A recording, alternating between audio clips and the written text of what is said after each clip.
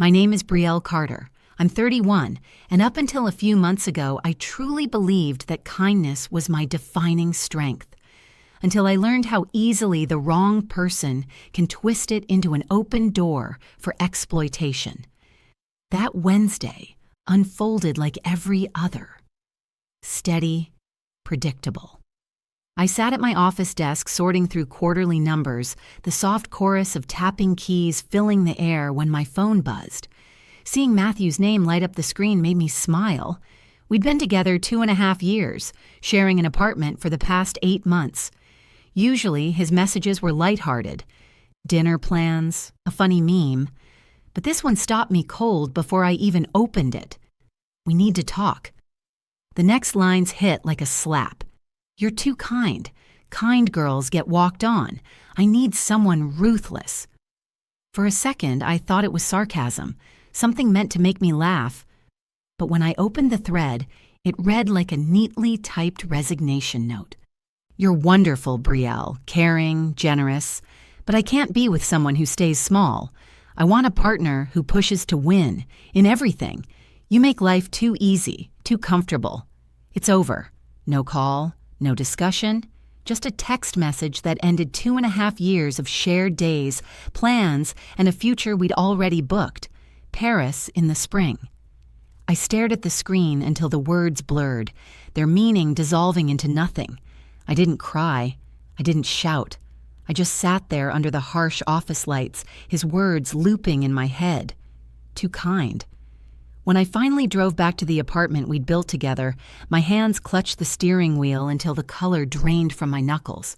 His scent still lingered in the air, that cologne I used to love. Now it just felt suffocating. I began to gather his things one by one, folding shirts, stacking chargers, sealing away his neatly curated life into cardboard boxes. Every movement felt deliberate, controlled, proof that I could still function even with my heart in pieces.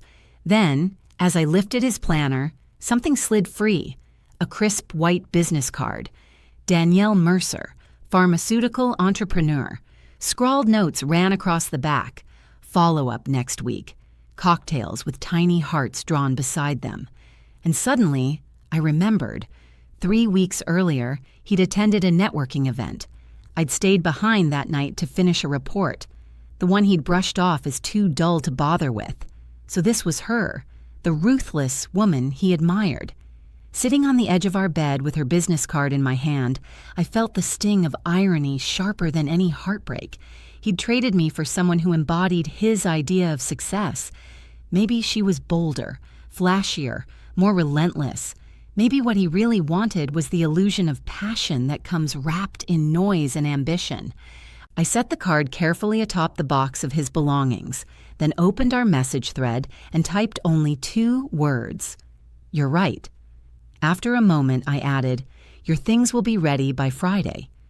His reply came in seconds. Wait, that's it? No fight? No us? My hands trembled, but I wrote back anyway. You said kind girls get stepped on. Why would I prove you wrong? Then I powered off my phone. Sleep never came that night.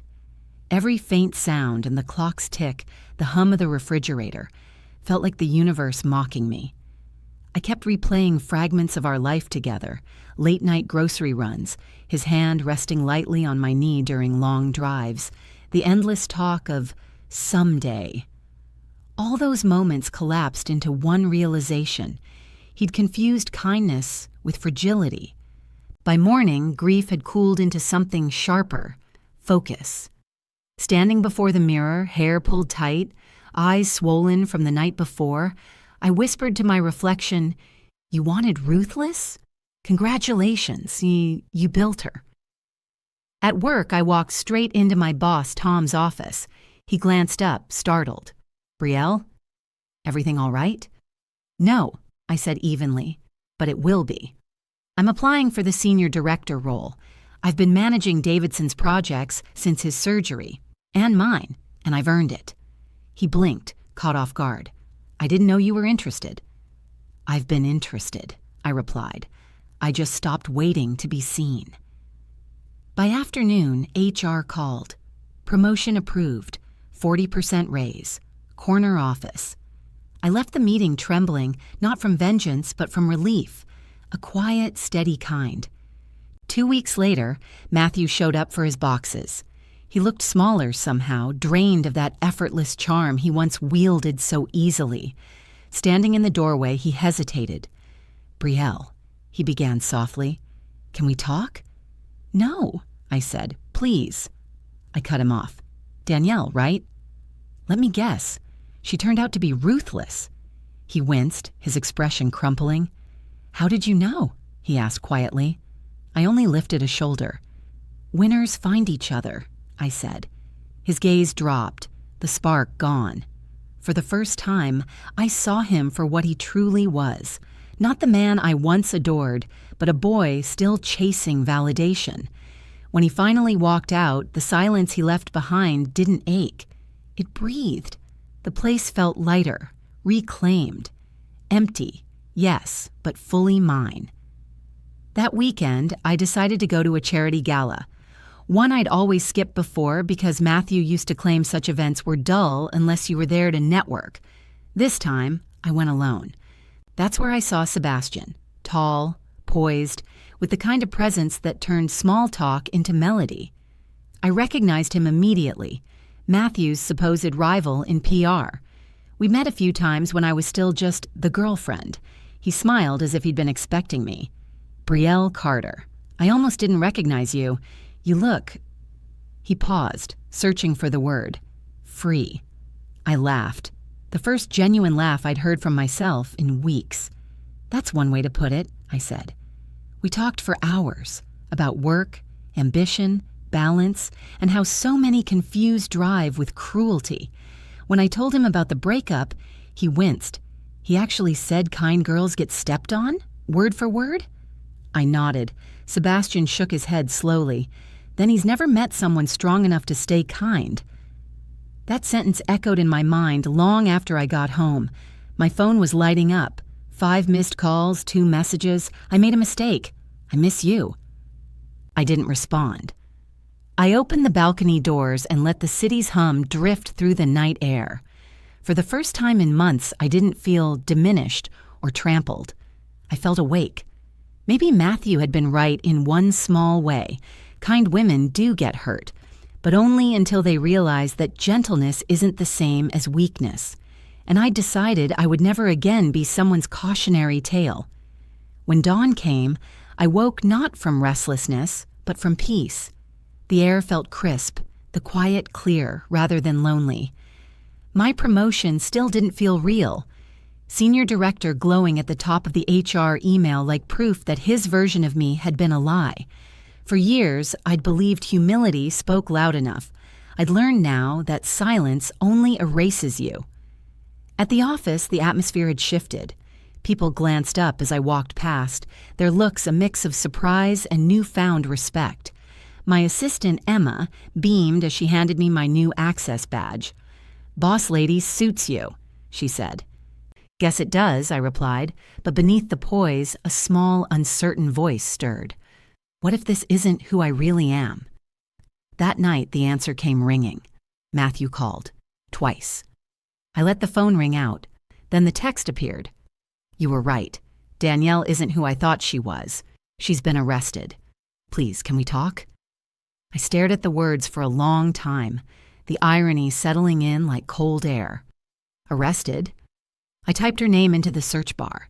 Within seconds, the headlines filled the screen. Pharmaceutical entrepreneur caught distributing counterfeit drugs. Her mugshot stared back at me, weary, hollow-eyed. For a fleeting moment, I almost pitied her. Almost. But I didn't answer him. I placed the phone face down and laced up my sneakers instead. Running had once been my ritual, something that grounded me, until Matthew said I looked too intense, like I was competing with myself. Maybe I was. Maybe that had always been the point. I ran until the scenery blurred, until every trace of anger melted into a quiet, steady sense of direction. Later that week, Emma talked me into attending a charity gala she was helping organize. "Think of it as networking," she joked, repeating one of Matthew's favorite lines. I nearly declined. Then I remembered all the times I'd made myself smaller just to keep someone else comfortable, so I said yes. The event took place in a beautifully restored library. Chandeliers glinting, a string quartet playing, guests swirling wine glasses and polite smiles while pretending deep interest in literacy initiatives. I lingered near the back, sipping water, when a familiar voice reached me. Brielle Carter, in the flesh. I turned, startled. Sebastian Hale. Tall, composed, carrying that kind of quiet magnetism that didn't demand attention. It simply drew it. Matthew used to mention him often, always with a forced grin. Everyone loves Sebastian. Too smooth, too fake. But standing there now, nothing about him seemed false. Just effortlessly self-assured. "I didn't expect to see you here," I said. He smiled easily. "You don't seem like the kind of woman who'd skip a good cause." I couldn't help but laugh. I guess I've been full of surprises lately. We fell into conversation that lasted nearly an hour, about work, balance, and the strange kind of hollow quiet that follows the end of something you once thought permanent. He never pried about Matthew, but when I brought it up briefly, his eyes softened with understanding, not curiosity. "I heard he left the agency," he said after a pause. "Yeah," I replied. "For someone who swore he was destined to rise, he fell pretty fast." Sebastian tilted his head slightly. "That's the thing about people who mistake ambition for cruelty. They don't really climb. They scratch their way up, and eventually they run out of walls to claw." A quiet laugh slipped from me before I realized it. "You're good at metaphors," I said. "Occupational hazard," he said with an easy grin. "I write too many speeches for clients." His tone softened, his gaze steady. "You look better without him." It wasn't a flirtation, just truth spoken gently. And it caught me completely off guard. "Thank you," was all I could manage. When I left the gala, my phone buzzed again. Another message from Matthew. "You're seeing him, aren't you? Sophia's golden boy. Didn't take you long." I didn't bother replying. I blocked his number instead. In the weeks that followed, my life shifted, not with fireworks, but with quiet, lasting turns. Coffee brewed for one tasted richer. Walking through my new office door every morning felt like a small, private triumph. And Sebastian. He kept appearing, never pushing, just present. A brief email asking for feedback on a campaign, a quick call about a client pitch, then coffee on Sundays. Half business, half something else entirely. He listened, not the distracted, half-there kind of listening I'd grown used to, but the kind that made me feel as though my words landed somewhere safe. One crisp Sunday morning, we walked through the park, our breath visible in the air. He looked at me thoughtfully. "You know, you're not kind because you're fragile," he said.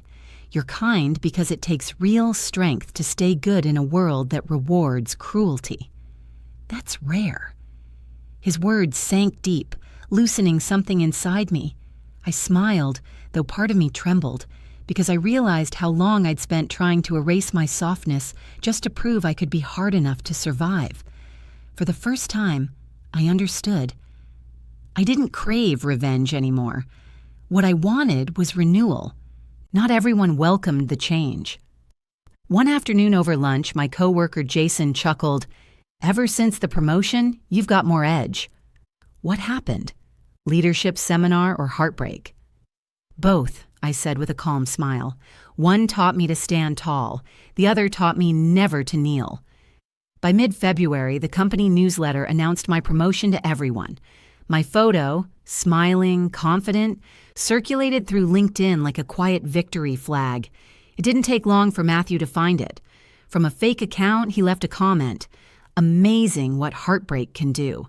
Some people only climb when they've got someone to step on." I deleted it without hesitation. That night, Sebastian texted me a screenshot. "Ignore him. He's burying himself." "I know," I replied. Then came his next message. "Still, if you're looking for a distraction, there's a charity auction next week. I could use some company." I hesitated, but only for a heartbeat. I typed back, "Only if there's good wine." "Always," he replied. That was the moment it hit me. My story had never really been about revenge. It was about finally choosing myself, because sometimes the surest victory comes when you stop playing someone else's game entirely. If you'd told me a few months earlier that I'd be walking into Fashion Week on the arm of Sebastian Hale, the same man my ex once labeled his professional rival, I would have laughed. Or maybe cried. Probably both.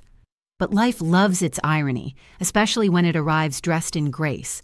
Sebastian and I had grown close in a slow, unforced way that felt both natural and unexpected. Coffee meetings became lunches. Lunches became late-night brainstorming sessions that drifted from business to the kind of conversations that reveal who people really are. He never rushed, never acted for effect, just stayed grounded, steady.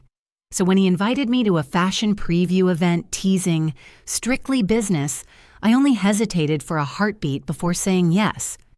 The venue sparkled, a sea of glass, flashbulbs, and the sweet haze of perfume. Models glided down the runway like living art. I wore a deep emerald dress, something I'd once considered too bold for me. But it wasn't about impressing anyone. It was soft armor, elegant, strong, unmistakably mine. Sebastian leaned close as we found our seats. "You look like a woman who knows she belongs here," he murmured. I smiled. "That's because I finally do." And then, as if the universe couldn't resist a dramatic twist, there he was, Matthew, standing across the room, champagne in hand, voice just a little too loud, smile stretched thin. I saw it instantly.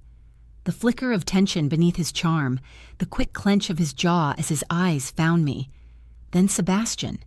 He froze mid-laugh. For a beat, the hum of the room faded, the air tightening around us.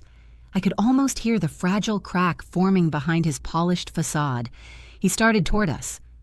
Beside me, I felt Sebastian shift slightly, protective but composed. "Brace yourself," I murmured. "Always," he said, calm and low. Matthew stopped in front of us, disbelief painted across his face. "Wow, didn't take long, did it?" "Hello to you too," I replied evenly, keeping my voice polite, almost detached.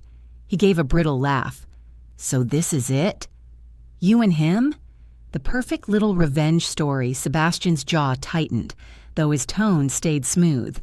"Revenge implies we're still keeping score." Matthew's smirk faltered. "You always did love that moral high ground, didn't you, Sebastian?" "I just prefer peace of mind," Sebastian said quietly. I lifted my glass, unbothered. "You should try it sometime." The air between us grew taut, electric, the kind of silence that makes everyone nearby pause mid-sentence and turn to watch. Eyes turned toward us. The soft buzz of chatter dimmed, replaced by the quiet click of cameras, trying not to be noticed. And then Matthew's expression cracked completely. "So this is your victory, Brielle? Dating my rival just to humiliate me?" I met his gaze, my posture steady, voice even. "I don't need to make you look like anything, Matthew. You're doing a perfectly good job of that yourself." His face flushed red. "You'll regret this." "Both of you." "Matthew," I said quietly, almost gently, "the only regret I have is that it took me this long to understand that some people only feel alive when they're competing." Security staff had begun to hover nearby, subtle but alert. The PR manager, pale with panic, spoke into her headset, eyes darting between us. Sebastian's hand brushed my arm, light but deliberate. "Let's step outside," he murmured. We walked toward the balcony, the low murmur of whispers trailing behind. The moment the doors shut behind us, cool night air swept over my skin. Crisp, cleansing, real. I let out a slow breath. "Well," I said, "that went about as well as I expected." Sebastian's laugh was quiet but certain. "He's unraveling." "The worst thing you can do to someone like that is stay calm." "Then I must have just ruined his night," I said. "Maybe his month." We both laughed, not out of spite, but in disbelief, because there was something freeing in realizing I no longer needed to fight. The truth was doing it for me. Through the glass, I could see him being escorted out, gesturing wildly, his shoulders tight, his words spilling fast. The man who once thrived on image now looked small beneath the harsh white light, brittle, exposed. "Doesn't it bother you?" Sebastian asked after a moment. "What?" "That he'll spin this into some story where he's the victim." I thought about it. "It used to," I admitted. "Now I just feel sorry for him." When your worth depends on winning, every second feels like losing. Sebastian nodded slowly. "There's something poetic about it," he said. "He left you because you were too kind. And now, here you are, composed, successful, glowing, while he's drowning in his own bitterness." "Poetic," I said. "Or maybe just ironic."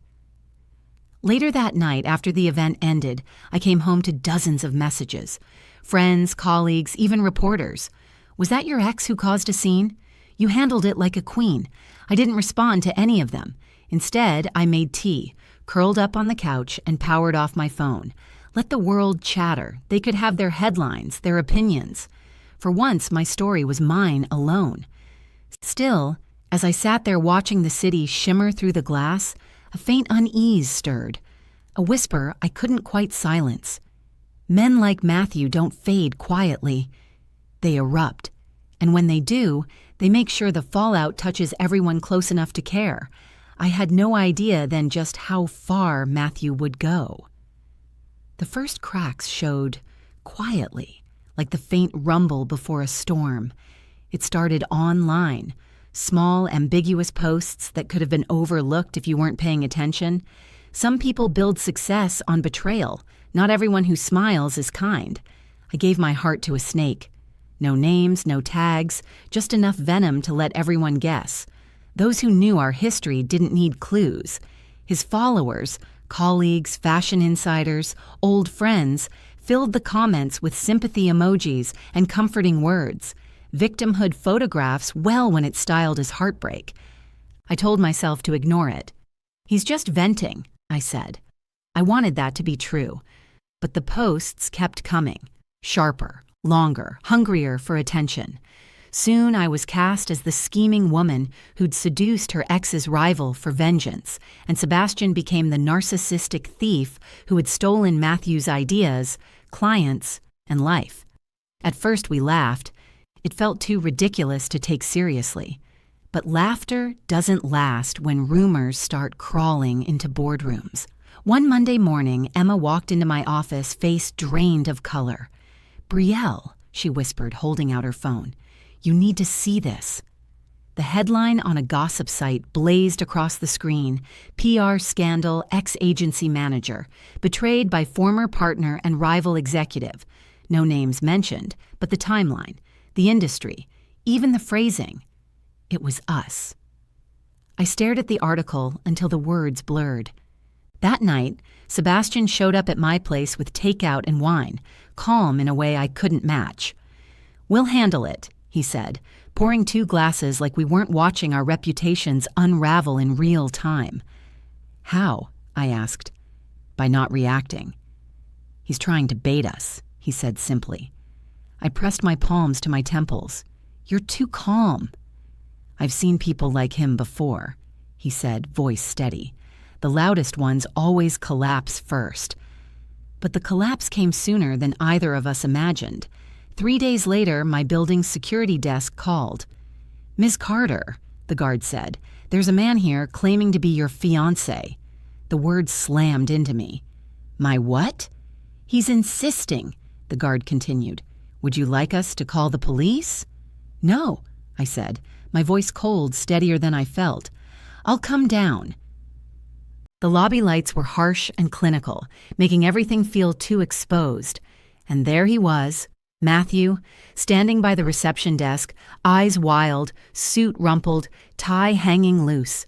He looked like someone who hadn't slept in days. "Brielle," he said the moment he saw me, relief flooding his face. "Finally." I stayed where I was. Why are you here? He stepped forward. You won't answer my calls. I just need 5 minutes, I stepped back, holding up a hand. You need to leave, Matthew. Please, his voice wavered. I made mistakes, I know that. Danielle destroyed everything. She lied, used me. But I don't deserve you shutting me out like this. I crossed my arms. You ended things over text, remember? You told me I was too kind. He dragged a hand through his hair, his movements jittery. I didn't mean it. I was just being honest. His eyes glistened as he looked at me. You've changed. You're colder now. That man, he's turned you against me. My tone sharpened. That man had nothing to do with what you lost. You did that all by yourself. The lobby fell silent. Even the receptionist stopped pretending to work. Then he said it, the line that made something inside me freeze. You don't get to erase me, Brielle. I made you interesting. The security guard shifted closer, ready. I met Matthew's gaze steadily. No, Matthew, I said quietly. You made me invisible. I just stopped being. He reached out, his hand trembling, but before he could touch me, the guard stepped forward. Sir, I'm going to have to ask you to leave. Matthew's expression twisted, equal parts anger and disbelief. You're really doing this? I didn't look away. Go home. He hesitated, shoulders sagging, then dropped his hand. You'll regret this, he muttered as the guard led him toward the exit. I stood still until the glass doors closed behind him, the sound echoing like a punctuation mark. My pulse roared in my ears. That night, sitting on my couch, I watched as my phone filled with notifications. Unknown numbers, fake accounts, anonymous messages. Liar, cheater, manipulator. Then my lawyer, Nora, texted, Save everything. Don't respond. We'll trace the IPS. By the week's end, we had proof. Every one of those accounts linked back to the Wi-Fi in his apartment. But exposure didn't stop him. He escalated. He started emailing Sebastian's clients directly. Just a warning. The woman he's seeing uses people for power. Then came the mass email. Over 80 people CC'd. Co-workers, executives, acquaintances. The subject line read, The Truth About Brielle Carter and Sebastian Hale. Inside were paragraphs of accusation and melodrama. Half-truths, twisted stories. And unbelievably, a photo of me asleep, captioned, The Face of Deceit. It would have been absurd if it hadn't been so public. That night, Sebastian showed up at my door holding a bottle of whiskey like a peace offering. Here's to unhinged exes, he said softly, forcing a half smile. I almost laughed, though it came out as a brittle sound. Cheers to restraining orders, I said. We clinked glasses, but as the echo faded, something inside me finally splintered. The tears came without warning. Hot, furious, humiliating. Sebastian set his drink down and just held me. No words, no advice, just quiet steadiness. Through the blur, I managed to whisper, He's not just trying to destroy me. He wants me to become him. Sebastian's voice was calm, unwavering. Then don't. Let him drown in his own noise. The words made sense, but they couldn't reach the ache underneath, because the truth was cruel. Kindness doesn't shield you from cruelty. It only makes every hit cut deeper. And Matthew wasn't finished. The next morning, my phone rang. Nora's tone was clipped, deliberate. Brielle, brace yourself, she said. He's suing you. I laughed, a sound somewhere between disbelief and exhaustion. For what?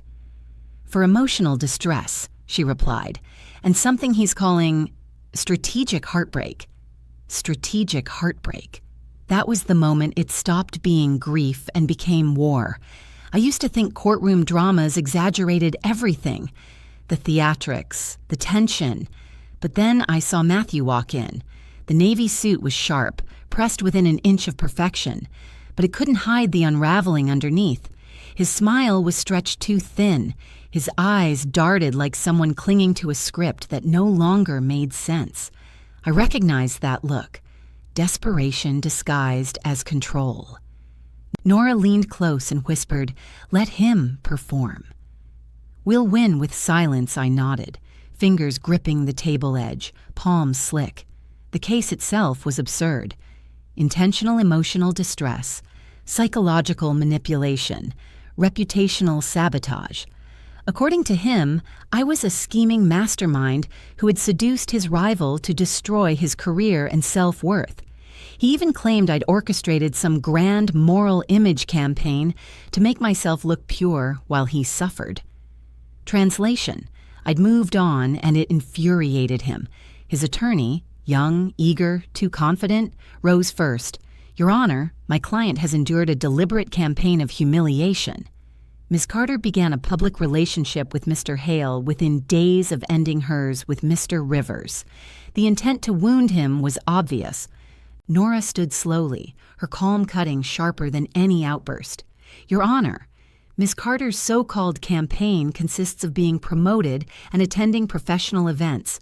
Meanwhile, Mr. Rivers," she gestured toward Matthew without even looking his way, "has been harassing my client through fake accounts, defamatory emails, and targeted lies. Every instance is documented." I watched Matthew's jaw tighten. The performance was unraveling, and for the first time, he knew it. Nora pressed the remote, and the courtroom lights dimmed as the projector came alive. Screenshots, emails, social media posts, each one appearing in sharp, silent succession, painted a digital portrait of obsession unraveling in real time. Security footage followed, Matthew loitering outside my office, demanding to be let in.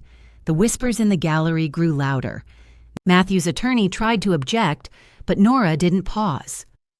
"Furthermore, Your Honor," she said, her voice steady, almost clinical, "Mr. Rivers' own submission as evidence of emotional manipulation includes the breakup text he sent, ending a 2.5-year relationship by message." The judge, a composed woman in her 60s with the kind of authority that didn't need to be raised, leaned forward slightly. "You broke up with her?" she asked, her gaze fixed on Matthew. He shifted uncomfortably. "Yes, but—" "And now you're suing her," the judge interrupted, "for moving on?" "It's not that simple," he stammered, his confidence cracking. She weaponized my words." The judge raised an eyebrow. "Which words exactly?" He hesitated, then muttered, "I told her she was too kind." That kind girls get stepped on. The judge's sigh filled the silence. "Mr. Rivers," she said evenly, "if I may be candid, you stepped on her, and now you're angry she walked away." A murmur rippled through the courtroom. Matthew's face reddened. He slammed his palm against the table.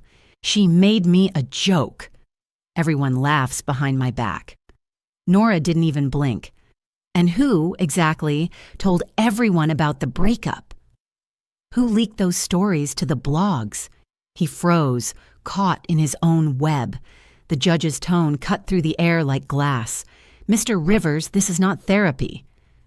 This is a court of law, and from where I'm sitting, your wounds appear entirely self-inflicted." He opened his mouth to argue, but his lawyer tugged sharply at his sleeve, whispering something urgent. It was too late. The damage had already settled in the room like smoke. When it was our turn, Nora played one final clip, the security footage from my office lobby. Matthew pacing, shouting, reaching for me as the guard stepped in.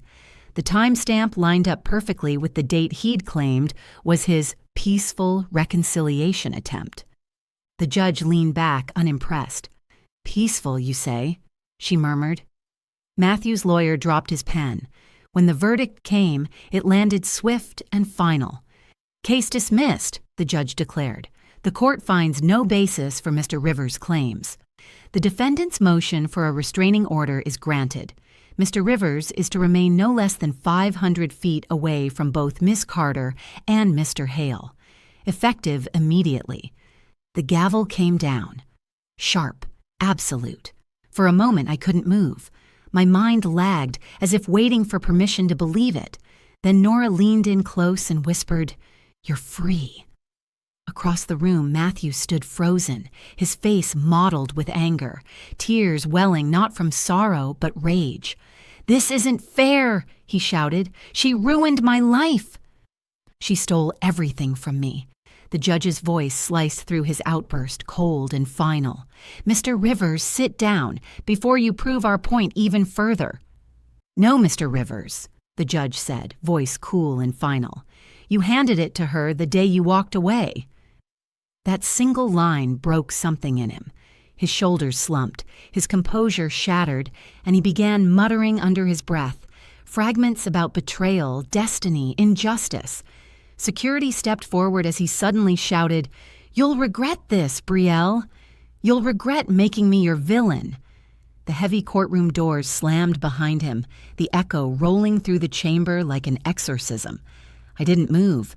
It wasn't triumph I felt, not even satisfaction, just an ache of release so deep it almost hurt.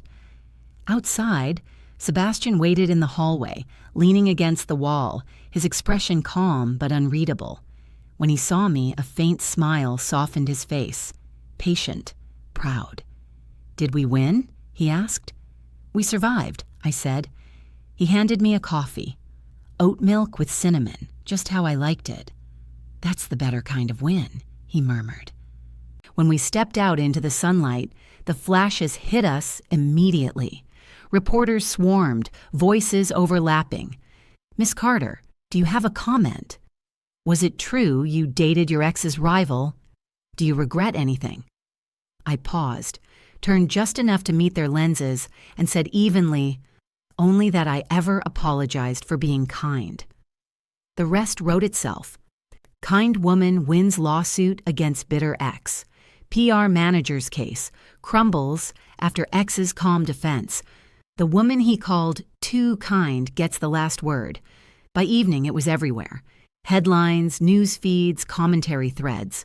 My inbox overflowed with messages from women I'd never met, strangers thanking me for staying graceful under fire. That word, graceful, had once sounded like an insult, a synonym for quiet, for obedient, but now it felt like armor. Something earned, something unbreakable. That night, Sebastian came over for dinner. We cooked together, the tension finally replaced by laughter that felt light and easy again. At one point, he glanced at me, serious.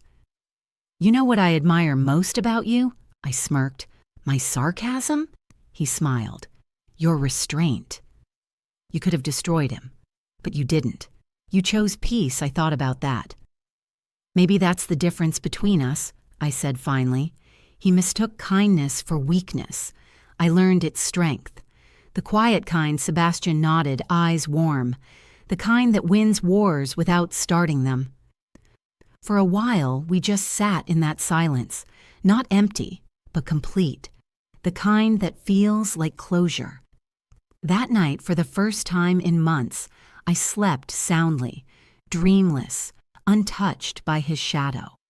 But peace never stays long in stories like mine, because some people, when they lose control of the narrative, would rather burn the world than let it move on without them. And though the headlines faded and the world forgot, Matthew didn't. Obsession doesn't die with a verdict. It lingers, like smoke after a fire, invisible, poisonous, waiting.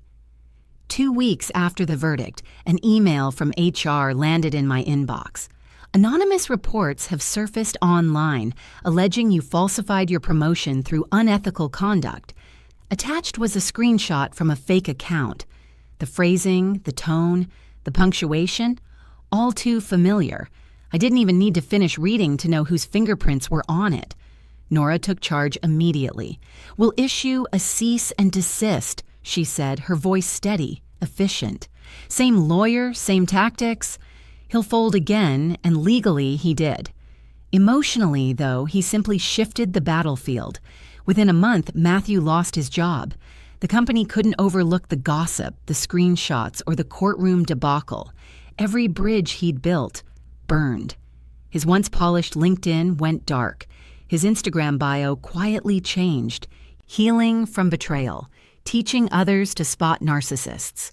Then came the podcast, Dating the Devil, How I Survived a Covert Narcissist. Episode titles dripped with thinly veiled bitterness. When the Kind Ones Manipulate You. Sleeping with the Enemy. My Story of Professional Sabotage. Against my better judgment, I listened once. Hearing my own life twisted into a story where he was the hero made my stomach turn. His voice was smooth, deliberate, part confession, part sermon. Brielle Carter taught me that kindness is the mask people wear when they crave power, he said softly, almost tenderly. Sebastian reached over and hit pause. Don't give him your ears, he said gently. He was right. I deleted the podcast, blocked every link, and turned my focus back to living. And life, finally, was good. Sebastian was promoted to vice president not long after the trial. My department flourished. We traveled, Italy, Tokyo, Sydney, cities I'd only ever imagined while staring at spreadsheets and coffee-stained reports. But happiness is quiet, and quiet can make old ghosts louder. One afternoon, while watering the plants on my balcony, I noticed an envelope wedged under the door. My name scrawled across the front, no stamp. My stomach sank before I even picked it up. I knew. Still, I opened it. 4 pages, single-spaced, words tumbling over each other, manic, fevered. You ruined my destiny. You stole my narrative. You owe me $3,400 for therapy sessions caused by your emotional manipulation. And finally, the last line. One day, when your world crumbles, you'll remember who truly loved you. The signature at the bottom, that looping M I used to tease him about, made my chest tighten. For a moment, I just stared at it, the ink pressing ghosts back to life. Then I forwarded it to Nora. Her response came seconds later. Violation of the restraining order. I want to press charges, I told Nora at first, the words coming out sharper than I intended. But as I said them, the weight of it settled in. The hearings, the statements, the cameras, the endless retelling. The thought of seeing him again, watching him twist my piece back into his performance, made my stomach knot. After a long pause, I shook my head. No, he's already living his own sentence. Nora exhaled. Then at least let me respond. She drafted a single-word reply to his letter. No, and that was all. Weeks turned into months. I stopped checking headlines, stopped wondering which new audience he was performing for or what version of me he'd fabricated this time. And then, life, in its strange sense of timing, decided to remind me just how far I'd come. I ran into Brittany, one of his old PR colleagues, in the produce aisle at Whole Foods. She froze when she saw me, guilt flickering across her face before she managed a hesitant, Brielle. Hey, I said softly. She lingered, then blurted out, He's not doing well. I stayed quiet. He moved back in with his parents, she went on. He refuses therapy. Says every therapist takes your side. My heart tightened, not with fear, but something closer to pity. He's still obsessed, she admitted. Talks about you and Sebastian all the time. I took a slow breath. Is he getting help? They're trying, she said, her voice small, but he's convinced there's some conspiracy against him. Says your lawyer hacked his accounts. I nodded, exhaling. I hope he finds peace. Brittany looked at me as if she wasn't sure she'd heard right. You really mean that, don't you? I do, I said quietly, for both our sakes. That night, I found myself back on the balcony. The same spot where I'd once stood hollow after the breakup. Only now, the city below didn't feel like a battlefield. It just pulsed with life. Sebastian stepped out, 2 glasses of wine in hand. You okay? Yeah, I said, just thinking. About him. About me. About how easy it is to lose yourself when you start defending who you are to people who'll never understand. He nodded. And? I'm done defending, I said simply. He smiled, lifting his glass. To that, I echoed, clinking mine against his. Later, while we cooked dinner, my phone buzzed with an Instagram notification. Another fake account. Another bitter comment beneath one of our photos. Fake happiness built on betrayal never lasts. Before I could report it, it disappeared. Deleted, removed almost instantly. Sebastian glanced at the screen and let out a low chuckle. They're getting faster at catching him. Maybe that's the universe's version of closure, I said. He slid his arms around me from behind, his chin settling gently on my shoulder. Closure, he murmured, isn't when they stop coming after you. It's when it stops mattering, I smiled faintly. Then I think I'm finally there. For so long I'd believed Matthew's voice was the story. His accusations, his bitterness, his endless need to paint himself as the victim and me as the villain.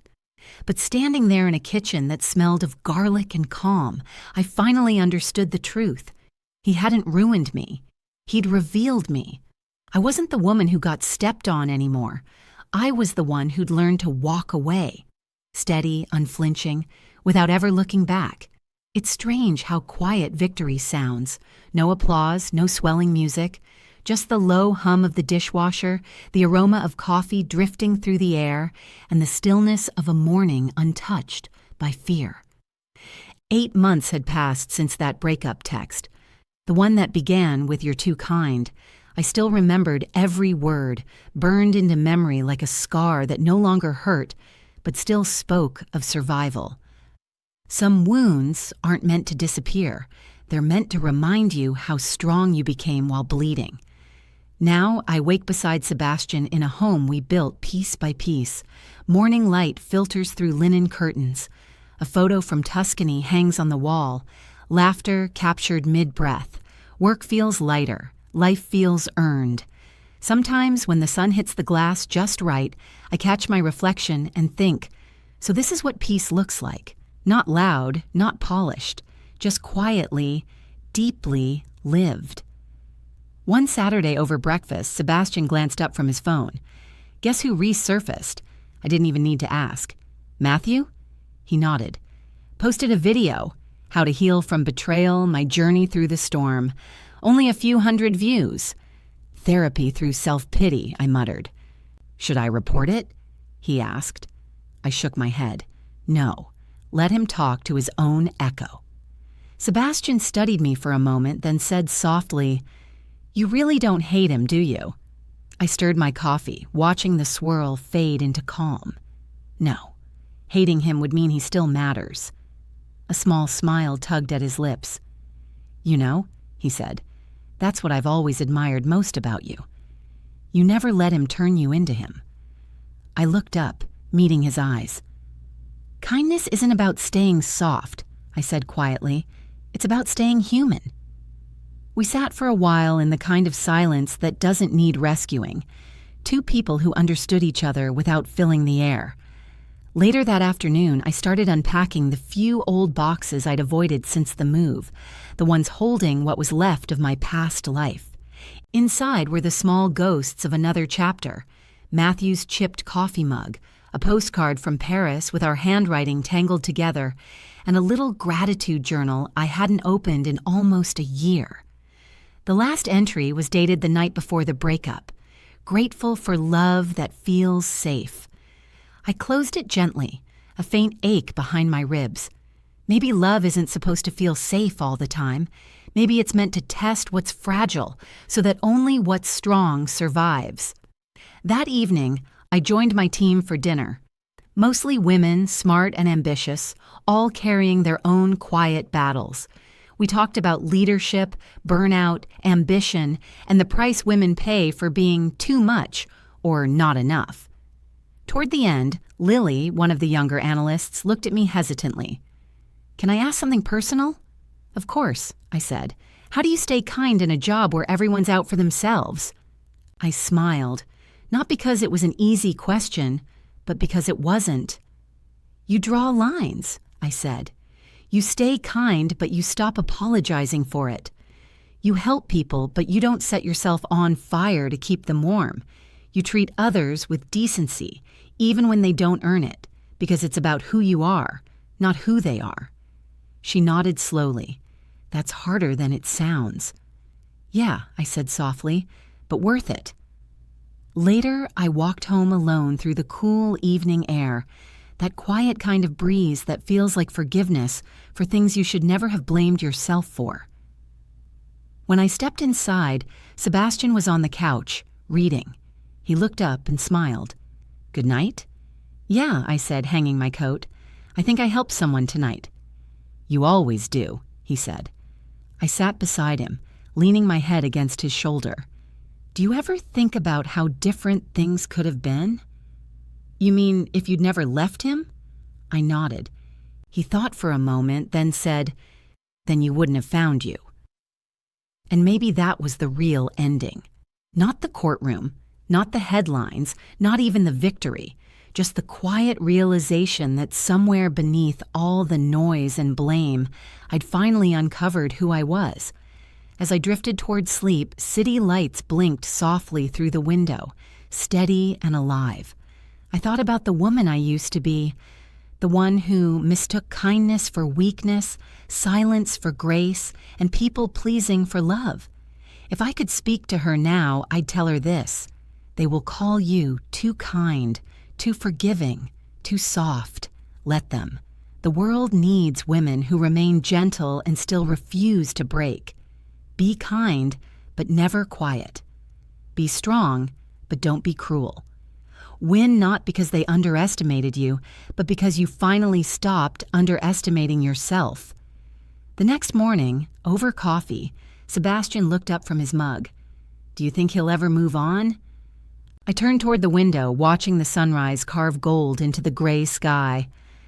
Maybe, I said, but even if he doesn't, I already have. He smiled, his hand finding mine across the table. So what's next for you, Ms. Senior Director? I laughed softly. Kindness, I said, but this time on my terms. He said kind girls get stepped on. Maybe he was right, until one of them stood up. He said I was too kind to win, so I stopped playing his game and started living my own. Kindness isn't weakness. It's strength without cruelty, compassion without fear. It's not for those who mistake gentleness for surrender. And if that means I finish first in peace and love without apology, then so be it.